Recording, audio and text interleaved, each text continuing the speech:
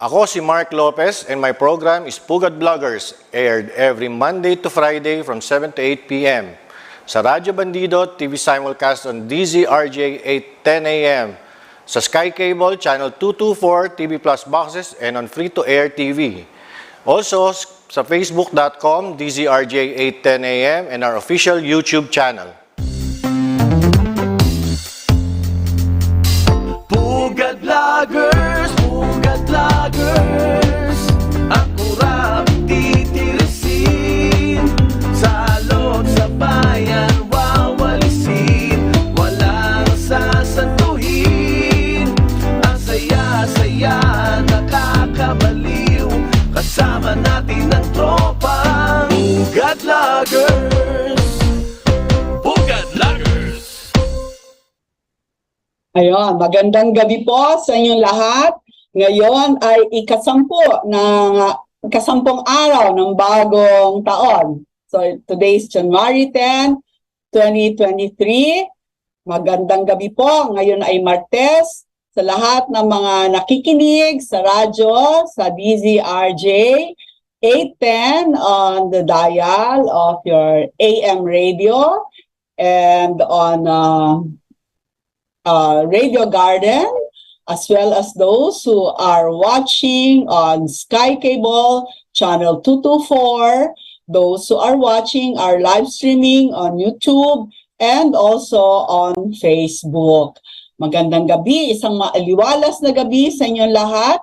Mga nakaraang araw ay umuulan, ngunit ngayong araw na ito ay sunny, although a little bit cool, no? Malamig pa rin ang panahon dahil sa hanging amihan, and I think that will persist until the end of the month. You enjoy the dip in the temperature, no? So sweater weather, cardigan weather until the summer is here again. Napakabilis ng panahon, no? Napakabilis, 10 araw pa lang at ang dami nang nangyayari o ang dami nang nangyayari. Okay, but for all of those who are interested, ang exchange rate po ng peso to the dollar is 54 pesos and 87 centavos for every dollar. Is it good or is it good? Okay, it is good for our manufacturers, our local businesses who import their materials, but for our overseas Filipino workers, then it is not so good because their dollar will fetch lower value, less pesos to the dollar. So, but alam niyo naman, ang exchange rate yan ay parang spaghetti, pataas at pababa. So, cyclical po yan, katulad ng presyo ng mga commodities, tumataas at bumababa. Noong panahon ni Presidente Duterte, nagkandagulo kasi ang 1 kilo ng siling labuyo, yung siling pula na maliliit na maanghang ay pumalo sa 1,000 1 kilo, no? At yung mga ibang vegetables din, gustong ko na ng pictures ng mga kalaban ng presidente noon, no? 1 kilo ng repolyo ay 400 pesos, mga ganon, no? At ngayon naman, no, ay ang dami ring nagrereklamo, ang 1 kilo ng sibuyas ay 600 pesos or higit pa, no? At parang hindi na ito matatapos, no? Ay kalma lang po kayo dahil tulad ng sinabi ko ay cyclical po ang presyo ng gulay, no? Lalo na yung fresh produce or yung mga karne, no? Marami pong dahilan kung bakit tumataas bumababa. Siyempre yung law of supply and demand na hindi marirepeal. Katulad nung joke, i-repeal na daw ang law of supply and demand. Pagka kokonte, ang supply, syempre, mahal. pagka naman sobrang dami, halos ipamigay na, katulad ng mga kamatis, no?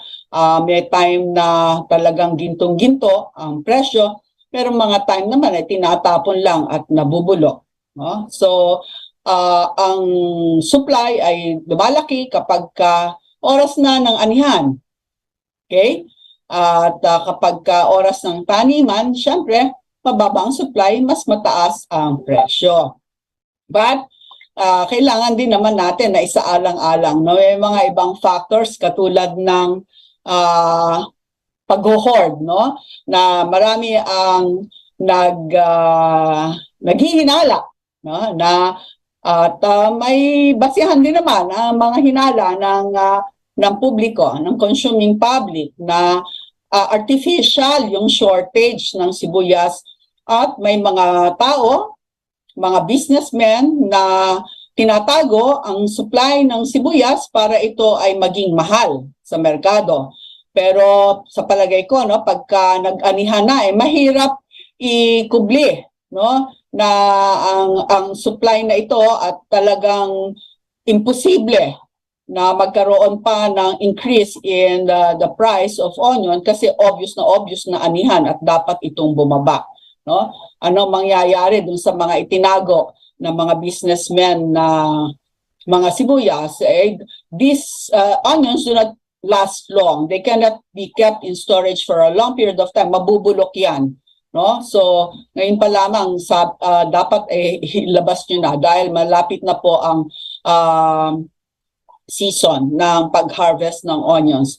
Pero isang magandang balita, no, dun sa mga accessible, ang mga kadiwa stores, ang presyo po ng sibuyas, although it is of a different variety, no. Sa Ilocano, ang tawag doon ay lasuna or shallots, no. Ito yung mga maliliit na sibuyas na may dahon pa na nakakabit pagka sila ay hina-harvest, kasi laki ng mas maliit pa sa isang ulo ng bawang, yung mga hindi lumalaki na masyado, because of, that's the nature of the onion, shallots, ay 170 pesos per kilo. Pero yun nga, they can be bought in kadiwa stores, and also the allocation for each consumer is limited. Hindi naman po pwede na pakyawin ng isang consumer lang. So kailangan ito ay marami ang pwedeng bumili. So konti-konti lang for each consumer. So yun po, no? Kung mayroon po kayong access sa mga kadiwa stores, pumunta po kayo habang may supply ng lasuna or maliliit native onions at 170 pesos per kilo. So natuloy din naman ang pagluluto ng Noche Buena, hindi naman na-delay, hindi naman nahinto, no? Kahit na mahal ang sibuyas, na iraos, nakapag-spaghetti, nakapag-pansit, nakapag-menudo, at iba pang mga lutuin, mga putahe, no? Ang sabi nga, no, marami ako nadidinig, para-paraan lang yan. If kulang sa onions, merong onion powder. O kaya damihan ng garlic. Ang garlic ngayon ay 70 pesos per kilo. So damihan ng garlic, no? Damihan ng ibang seasoning para mas maging flavorful ang inyong niluluto. So hindi lang naman onion ang seasoning or ricado sa ating pagluluto. At nakita natin, no? Wala namang real damage except the annoyance of the consuming public na sobrang mahal. Pero hindi ka naman magluluto ng 1 kilong onion para sa iyong ulam, di po ba? So, yun. You have to be, when there is scarcity, you have to be very inventive, you have to be very creative, and if you know that there's scarcity, maybe it's a good idea that you should think about planting your own, no? Ang sibuyas, hindi naman kailangan 1 hektaryang lupain ang meron ka, no? Hindi kailangan na kahit nga 1 square meter, hindi kailangan. Onions can be grown in pots, no? At hindi kailangan kang bumili ng paso, no? Yung mga basyo ng inyong mga gatas, mga karton ng milk, mga disposable na take-out containers, you can fill them with soil and plant your own, no? Meron po sa online stores na nagbebenta. Recently, nakabili ako ng, ilan ba yun? I don't know how many seeds, but it's just 100 seeds, okay? Of onions or 50 seeds na 80 pesos lamang, no? So, do the math, no? With 80 pesos worth of seeds that you can grow into how many kilos of onions, then hindi ka mayayamot na hindi ka makabili ng onions, no? And it's the same for calamansi, it's the same seasonal, it's the same for tomatoes, no? Mga seasonal na vegetables, you can think of planting your own and being resourceful instead of complaining and complaining every day. Well, sa bagay, those who are not really affected by the price increase of commodities but would just like to complain, no? Do complain, no? They complain for the sake of complaining. Hindi naman nahihirapan, nakakabili naman ng mga mamahaling bagay, pero nagrereklamo sa presyo ng sibuyas just so that they can throw their complaints against the government. Ganyan po talaga, no? Kung if you have decided to hate something or someone, you will find every reason in the book to throw shade, so to speak. Yan. Okay. So, bakit ba tayo napunta sa sibuyas? Sinabi ko lang yung exchange rate. Okay? To repeat, ang exchange rate po of the dollar to the peso is 54.87. Malayong malayo sa pinredict ng mga ibang tao na, again, galit sa gobyerno na magiging 60 pesos pa ang exchange at bababa ng bababa ang value ng peso. No? On the contrary, pababa pa ng pababa during the holidays, naging 54.87. Yan. Magandang balita sa ating lahat. Alright. No, maraming nagtatanong sa akin, ano, dahil it seems that China is increasing its COVID cases at napabalita na maraming countries na nag-heighten ng restriction, nag-increase ng restriction against travelers who are coming from China, no? Babasahin ko sa inyo ang mga lugar, ang mga countries who are imposing increased restrictions against travelers coming from China, no? Alam natin na nangyari ito, no? The increase in the incidence of COVID in China is a result of their relaxation of their restriction dahil sa pagrarally, pagde-demonstrate ng mga Chinese people para ang gobyerno nila ay mag-relax ng restriction. So, number one, no, Italy was among the first to announce new entry requirements for travelers arriving from China. So yung manggagaling na China, tayong mga travelers, no? Okay? With its health minister announcing on December 28 that all airline passengers will be subject to mandatory testing upon arrival. Italy is the first and only European country to require such testing so far. Among one of the first flights subjected to testing, more than 1/3 of all its passengers tested positive for COVID-19. Eto na naman tayo. Hindi nyo ba nakakalimutan noon? Parang flies, dropping like flies, ang mga Italiano sa kanilang mga streets dahil sa COVID. Okay? And on another flight, half of the passengers tested positive. Okay? So the United States, so that's Italy, the United States on December 28, the Centers for Disease Control and Prevention announced that the U.S. will require travelers arriving from China, Hong Kong, and Macau to present a negative COVID-19 test taken no more than 2 days or 48 hours before their departure. So dun sa origin, mag-test. If it's negative, then they can go to the United States. Okay, this will go into effect on January 3. Okay, amid rising concerns over China's lack of transparency over its outbreak, as well as its failure to adequately track and sequence variants within the country. Okay, ang kinatatakot din kasi, no, COVID, hindi basta COVID. Anong klaseng variant ang dala nitong mga bagong pasyente, bagong mga infected ng COVID? Baka ito ay variant na hindi kaya ng bakuna, no, na ibinigay sa mga Amerikano. So malaking problema yan, no? All right. France announced that it will require travelers from China to present negative COVID-19 test no less than 48 hours. Pareho din ng Amerika, no?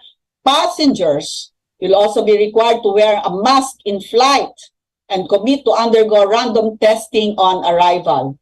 The United Kingdom, okay? Passengers from China will be required to show a negative COVID-19 test taken no more than 2 days prior to departure, and also there will be a sampling of passengers who will be tested upon arrival. Spain, okay, ganun din, no? Provide a negative 19 test or proof of vaccination. Okay? And ang vaccination na tatanggapin ng Spain, okay, it would accept any vaccine recognized by the World Health Organization, which includes Chinese-made Sinovac and Sinopharm. So Sinovac and Sinopharm vaccinations are recognized by Spain. Okay. And this is one curious thing. Around 1/3 of China's population, over 250 million people, have not received a third dose of COVID-19 vaccine. Ibig sabihin, booster. Kasi yung 2 doses, 1 and 2, are the regular required vaccination, and the third dose is the booster. So, 1/3 of China's population, walang booster.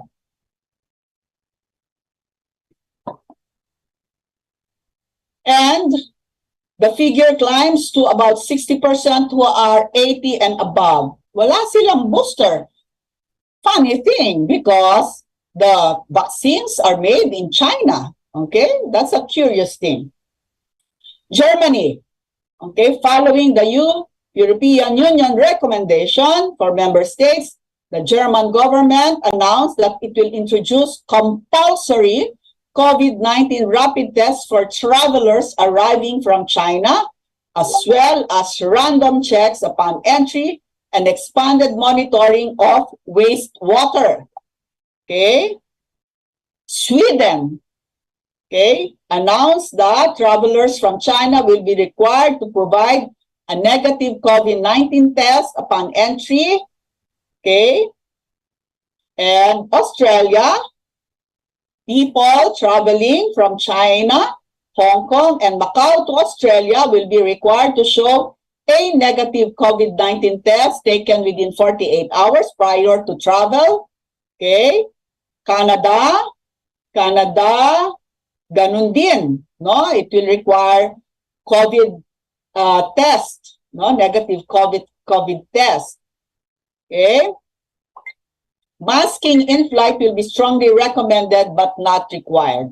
Japan, okay, has since December 30 required that all travelers from China, excluding Hong Kong and Macau, to submit testing on arrival. So, China lang, mainland China lang, excluding Hong Kong and Macau. Those who test positive will be required to quarantine for 7 days. South Korea, okay, it will be requiring COVID-19 tests before and also after arriving in the country. Okay?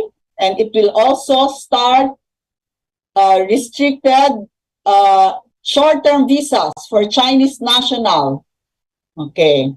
Temporary halting, increasing flights between the neighboring countries. So South Korea and China decrease ang flight. India will require travelers arriving China and Hong Kong as well from China, Hong Kong as well as Japan, South Korea, Singapore, and Thailand to provide proof of negative COVID-19 test no more than 72 hours or 3 days prior to departure. Okay, and the Indian government previously announced that it would be beginning to test 2% of international arrivals for COVID-19 at that time. So for every 100 people, 100 foreigners arriving in India, they will test 2. So that's 2%. Malaysia announced it will begin screening all inbound travelers from China and elsewhere. We don't know what elsewhere means for fever, and will administer those who are detected to have a fever or other symptoms with COVID-19 test. And it will also test wastewater on aircraft arriving from China to detect new variants. Israel, pre-flight PCR test, not rapid test, but PCR test, 72 hours before departure. Qatar must, travelers from China must submit a negative COVID-19 test within 48 hours of departure, regardless of their vaccination status. Morocco, all travelers from China, regardless of nationality, kahit hindi in-check. Galing ka lang sa China, dumaan ka ng China, pumunta ka ng Morocco, will be banned. Okay, not tested, not requiring anything, but will be banned from entering Morocco. Okay, so this is the strictest. Okay, countries that aren't imposing restriction: Poland, Bulgaria, okay, New Zealand, and in the Philippines, ang sabi lang sa news ay will be heightening or increasing monitoring. Ayan. Inasa ko, no? Walang nakalagay na required COVID testing. Unless I missed it, no? But as of now, I have not seen any directive. Correct me if I'm wrong, but I have not seen any directive of testing China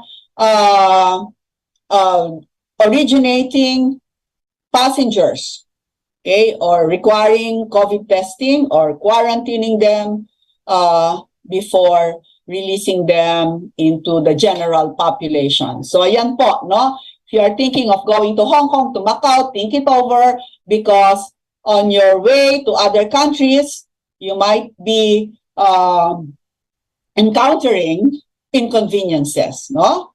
So yan po, everybody, not everybody, but many countries are worried of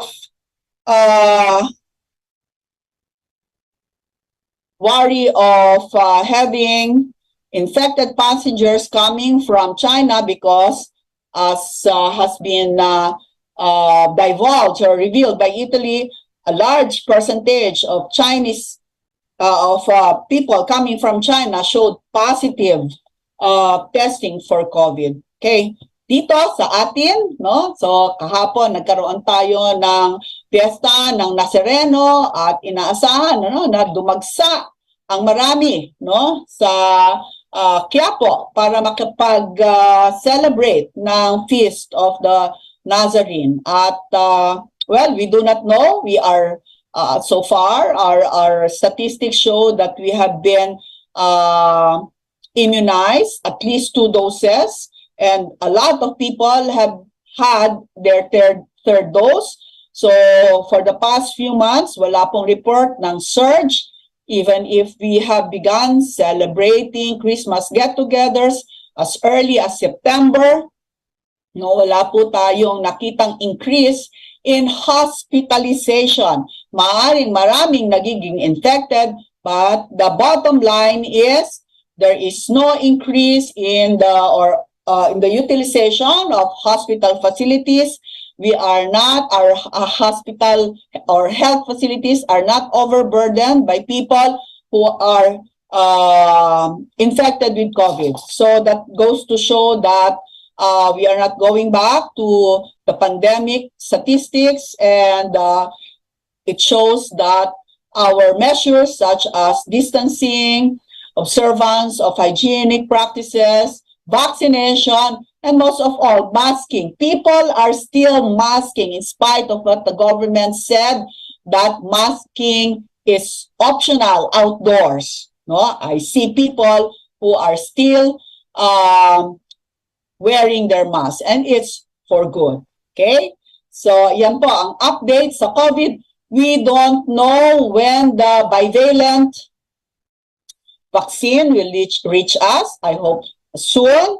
So that will give us more protection against the new variants of COVID. No? But as of now, the vaccines that we have received are still continuing to protect us from severe illness. All right. So, ano pa ang mga pangyayari? Okay. About sugar, no? So, last year, the end of last year or third quarter, no? Nagkaroon, again, shortage, sugar shortage, at naging 100 pesos at higit pa ang 1 kilo ng sugar. Now it's back to 70 plus or something, no? At ang dahilan, no, nagkaroon ng shortage, at ang nangyari ay nag-order ng importation ng sugar ang noon ay Undersecretary ng Agriculture na si 𝗕𝗵𝗂𝗴𝗴𝗲𝗀. At ang order for importation of sugar ay tinutulan o hinarang ng Presidente Ferdinand Marcos Jr., no? At nagkaroon ng alingas-ngas tungkol dito, at nagkaroon ng Senate Blue Ribbon investigation, at ang naging resulta ay nag-resign mula sa kanyang posisyon ang Undersecretary ng Agriculture na si Ginoong Sebastian. Ngunit, okay, nitong mga nakaraang linggo, ang findings ay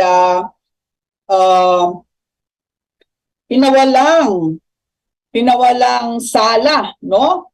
Ng sino ba nagpawalang sala? Na-clear, no? Na-clear ang dating Secretary Sebastian ng any wrongdoing for ordering the importation of sugar. Okay? But, sabi sa news ay President Marcos won't say what his plans are for resigned Undersecretary 𝗕𝗵𝗂𝗴𝗲𝗀𝗃, adding that he'd rather first discuss it with the former Department of Agriculture official. Is Sebastian going to be reinstated because he was found blameless or not guilty of any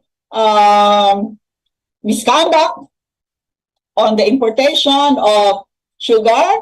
Okay, he has been cleared of any liability in connection with the importation order. So hindi lang po si Undersecretary Sebastian ang inimbestagahan at napawalang sala, kasama na si former Sugar Regulatory Administration Administrator Hermenegildo Serapika, Roland Beltran, at Aurelio Gerardo Valderrama Jr. Yan. So, pero kasi, no, napulaan na, naakusahan na ng kung ano-ano, pero sa huli, sila pala ay walang sala. So ano ang magiging dapat na gawin dito? Are they going to be reinstated? At okay, lately nadinig natin na totoo nga na mag-i-import talaga ng sugar. Pinayagan na naman ng importation ng sugar. Hay buhay. Ayan. So mga backflip na nangyayari, no? Sa ating kapaligiran. All right. So another backflip that occurred is when President Marcos assumed power, he appointed a new chief of staff. Okay? A new chief of staff. Siya ay si General 𝗣𝗂𝗏𝗏, no? Na pumalit sa dating inappoint na Chief of Staff ng Armed Forces of the Philippines. Inappoint siya ni Presidente Rodrigo Duterte, si General Centino. Yan. So, napalitan ni General 𝗣𝗂𝗏 si General Centino at nung August, no? I think August 8. And then, after early this year, no, ay nabalita na si General 𝗣𝗂𝗏 ay napalitan ulit, no, tinanggal ulit bilang Chief of Staff ng Armed Forces of the Philippines at uli ay ibinalik si General Centino. No? So, yun, isang, well, parang ano, no, parang trip to Jerusalem, nagpapalit-palitan ng ano, hindi natin alam kung bakit napalitan or tinanggal sa posisyon si si Chief of Staff 𝗣𝗂𝗏 at pinalitan ulit, binalik si General Centino. No? There may be very valid reasons, but the public is not privy to that.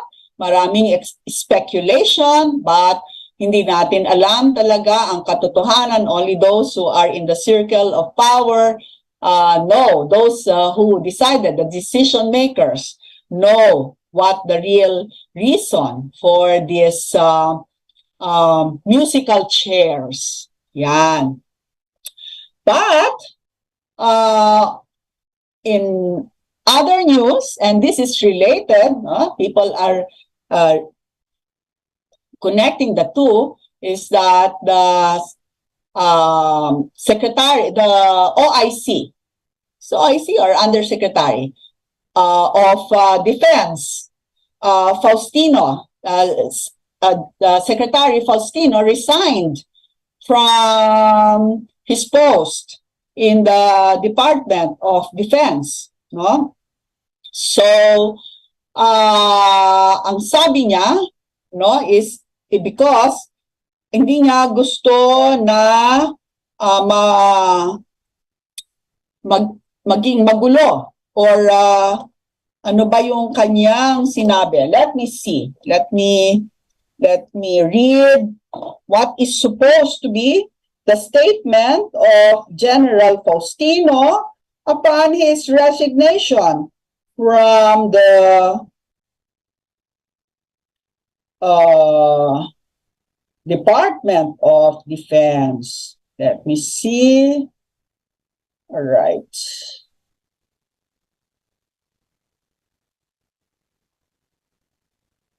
Hold on for a while.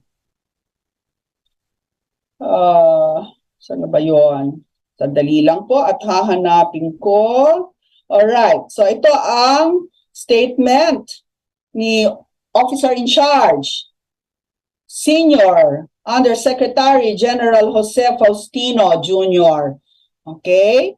So he submitted his irrevocable, ibig sabihin topo-topo na, hindi na po pwedeng bumalik, of resignation to the President, His Excellency Ferdinand Romualdez Marcos on January 6. After learning only from news and social media reports that an oath of office of the new Chief of Staff, AFP, had taken place at Malacanang. Ibig sabihin, okay, hindi alam ni General Jose Faustino Jr. na may bago ng Chief of Staff, no? So, ibig sabihin siya bilang OIC ng Department of Defense, no? Ng Defense, ay hindi pinaalaman kung ano nangyayari sa AFP, no? So, ang sabi niya, ay may sinabi siya na talagang malaman. Ito ang sinabi ni General Faustino. I cannot allow the AFP's reputation to be tarnished, maligned, or politicized. I assure everyone that I will always hold the AFP in high esteem, which its men and women have painstakingly earned. All right? So, yun, no? Yun ang sinabi niya. All right. So, parang ano, no? Changes in the AFP have taken place without his knowledge. No? And talaga, no? The optics is not good. Na-𝗕𝗹𝗴𝗴𝗲 siya. And I think that any self-respecting officer would do the same, no? Hindi siya na-neglect, kundi neglect is nakalimutan lang no? But it was a deliberate, no, exclusion of the secretary of the OIC, kaya siya, no? Pero ang sabi ng iba, no, at meron din siyang mga ibang kasama na nag-resign. At ang sabi ng iba, hindi naman daw dahil sa pagtanggal kay General 𝗣𝘂𝗴𝗱 at pagpalit muli ng dating appointee ni President Duterte na si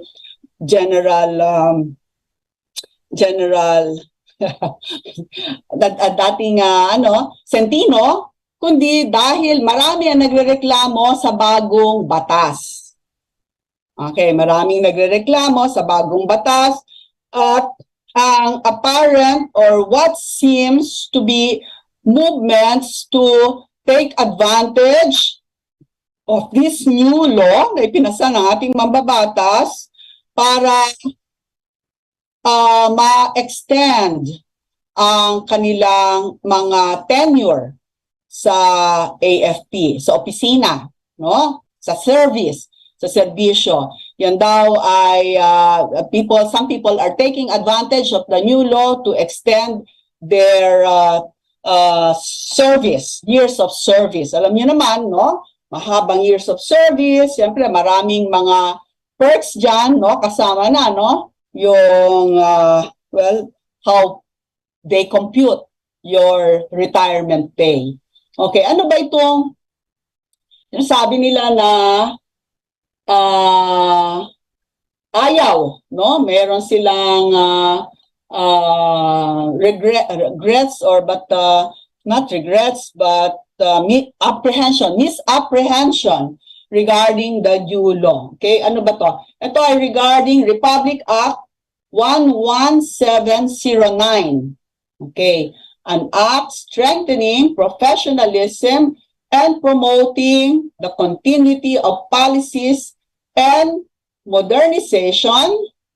Okay, hold on. Let's do this. Okay.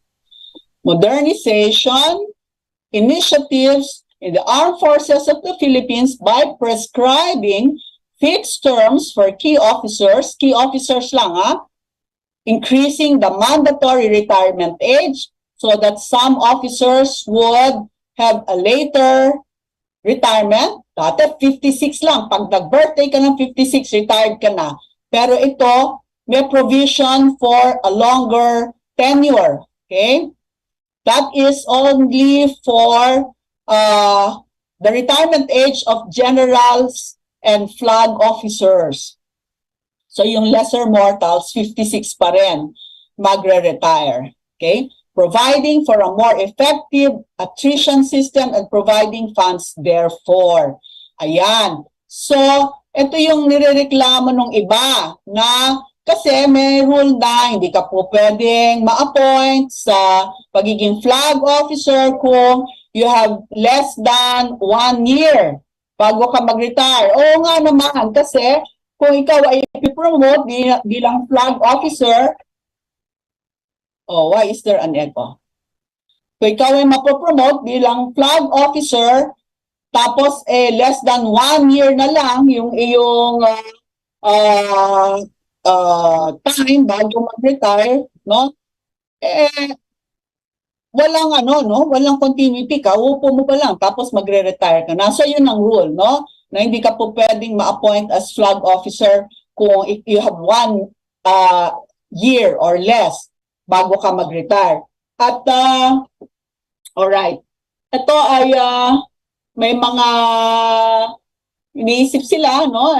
Apparently, some people are interpreting that some high-ranking officers are taking advantage of this to prolong their tenure, no? So, may mga nagsasabi na nagkakampanya, no? Para sila ay ma-promote, para mahabaan ang kanilang serbisyo. Yan. So, parang I hate to say the word, but this Republic Act, which was meant for a better AFP, is being prostituted by some people for their own gains, no? So, yun ang sinasabi na dahilan kung bakit yung mga ibang officers ay nag-resign.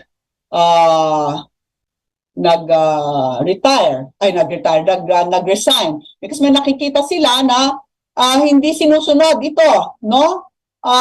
May mga pinopromote na less than 1 year bago mag-retire, pinopromote pa rin, ina-assign sa mga position na po pwede pa na hindi mag-retire ng 56, kundi plus 3 years pa, no? So 59 na sila pagka magre-retire. So maraming masama ang loob sa paggamit nitong bagong law na to their own advantage. At syempre, pagka may mga na-extend, no, may mga generals na hindi napopromote.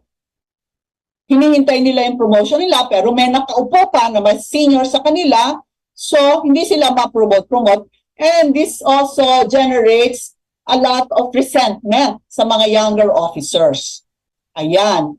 So, hintayin natin kung ano mangyayari tungkol dito sa but the resignations are courtesy resignations.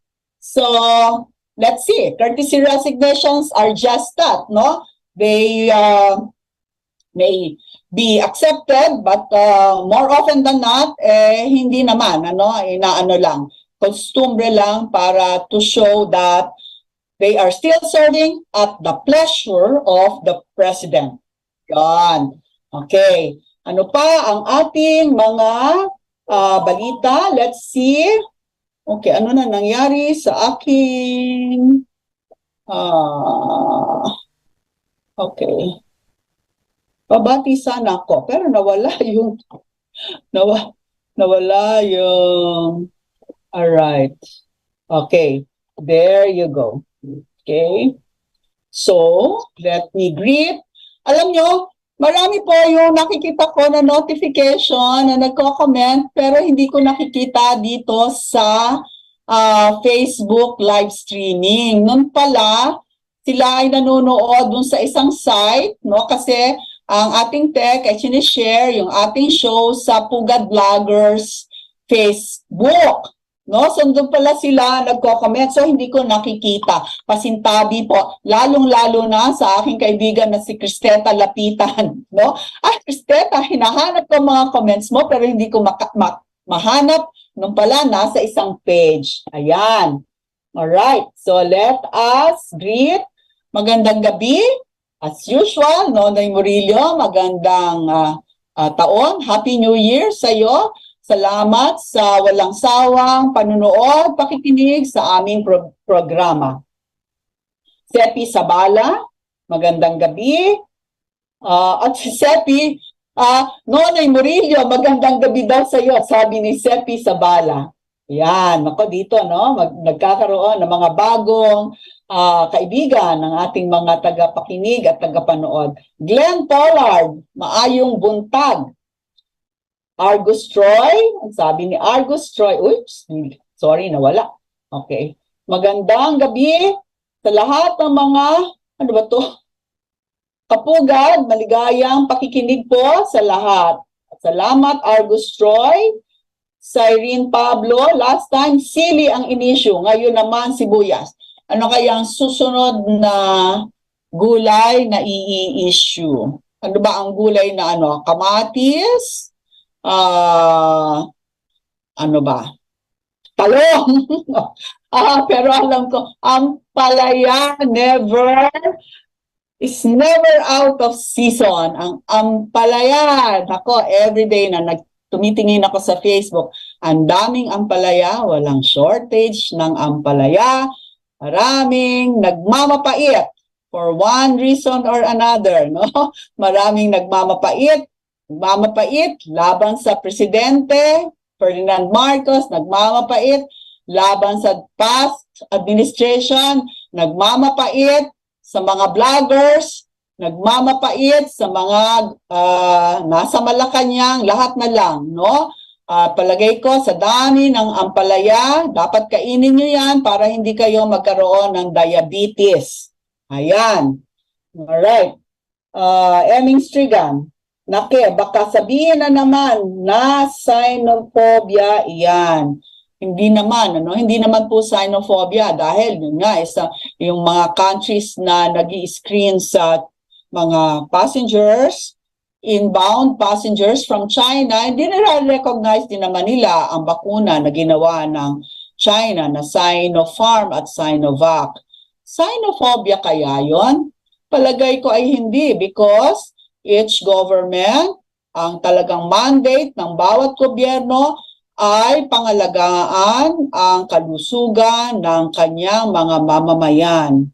It can be China, it can be other countries where, remember, noon tayo, no? Nagkaroon tayo ng mahigpit na pagbantay sa mga pasahero galing sa Europa dahil napakataas, no? Wala tayong pinili noon, no? Lahat ng mga countries na mataas ang incidence ng COVID ating masusing binantayan. Alright. So, I don't think so. Alright. Ano pa? Ang mga pag-uusapan natin. Alright. So, okay, let's look at meron pa akong isa kanina na na nakita. Okay, so we're done with the sugar. Okay, and then let's look, no? Ano pa ang ating pag-uusapan? Mahirap talaga mag-isa, no? Sometimes you run out of things to talk about. All right. Which trends will you miss in 2023? Ano bang, bakit natin masabi kung anong trends ang you will not miss or you don't exactly like, no? Pag-usapan natin yung mga mga bagong trends ang nangyari noong 2022. Ano bang mga bagong phrases, catchphrases na ginamit noong 2022? Tulungan nyo nga ako. Mag-isip kayo kung ano ang I cannot think of anything. Ano ba ang yung mga everyday na ginagamit natin na salita, no? Yung sana all. Di ba? Yan, noong 2022, I think, no? Ayan ay nauso, sana all. Yan. Which means that, you wish the same thing for yourself. Sana all. Ano pa? Mga catchphrases of 2020. Tingnan nga natin. All right.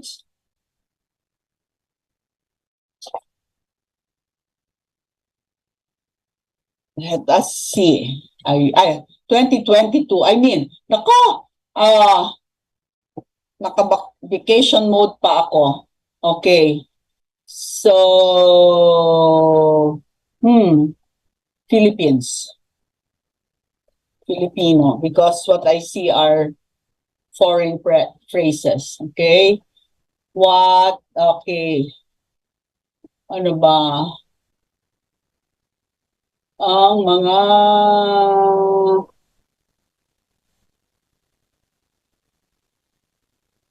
okay. catchphrases for, all right. Let's see. Ay, hindi ito. Okay, let's look. Slang words, 2022, Philippines. Kilig, gigil. So, hindi. These are old. Old words. Okay, new words. For, okay, new slang words for 2022. All right. So, ay, bakit ito?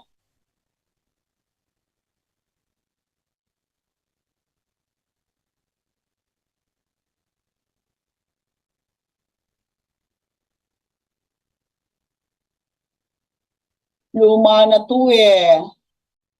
Okay. Sa mga slang words, mamshi, mother, where pa, power, carry, besh. Okay? Last year, everybody was saying besh. Okay? Besh, which is best friend. Okay? Mamshi, which means your a mamshi, you know, can either be female, refers to a female, or refers to your gay best friend. Mamshi. Okay? And then besh is your best friend. All right?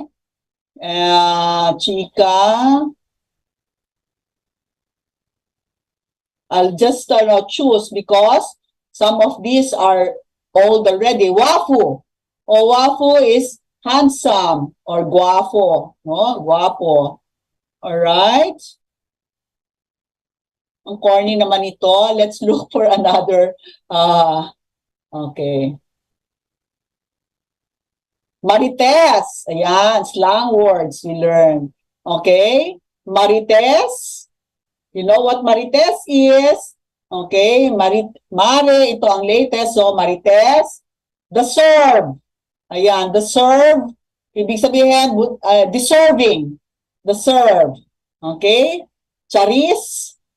Charis is a variation of charot or char or chorba, which means that it's just a joke.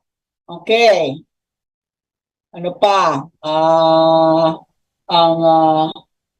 Okay, naol. Okay, sana all. Deserve. Okay, it means deserve. Okay, charis. Yarn. Okay, yarn. Okay. Ano yarn? Okay. So instead of saying yan or yaan or iyan, we say yarn. Ayan, yarn. Deserve yarn. Okay. Ang yarn, hindi yung pinanggagawa ng pinanggagawa ng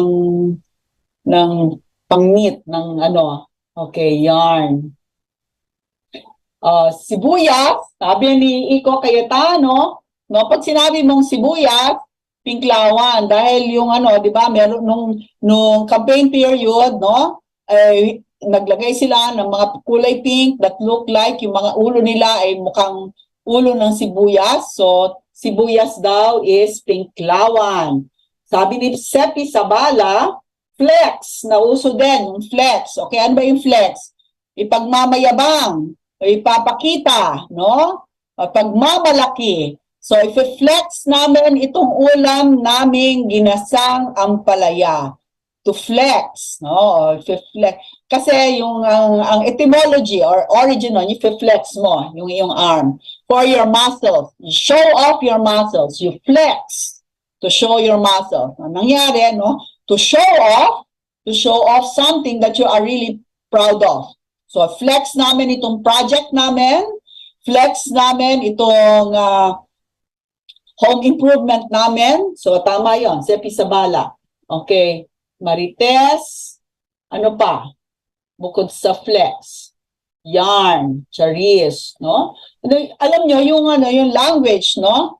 Ay nag-evolve talaga, no? Dati nung araw, it goes with, with the times, no araw na yung, sabihin na natin, yung LBG, LB, LGBTQ, whatever, no? Whatever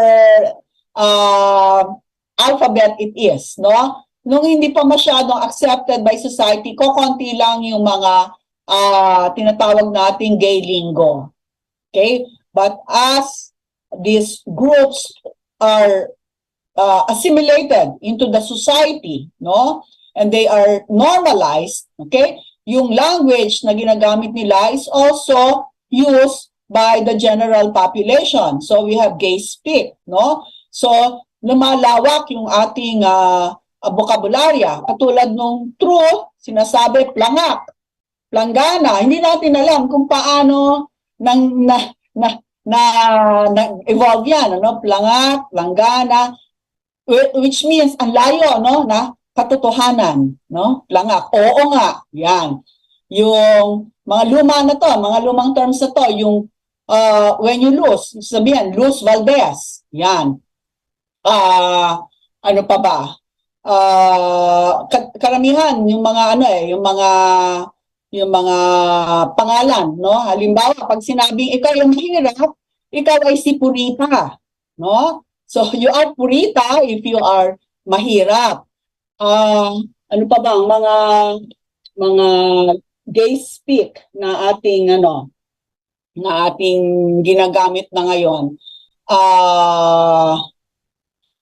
Chorba, okay, chorba, charot, no? Hindi natin alam kung paano nag-evolve itong mga ito. So, chorba, charot, charis, yan, no? So, pag sinabing charis, pempengko, ibig sabihin, joke lang yon. Ano pa ba ang pag sinabing winner, ayan, winner, bongga ka, no? Pagka loser, Luz Valdez. Help me here. I forgot now all my gay lingo.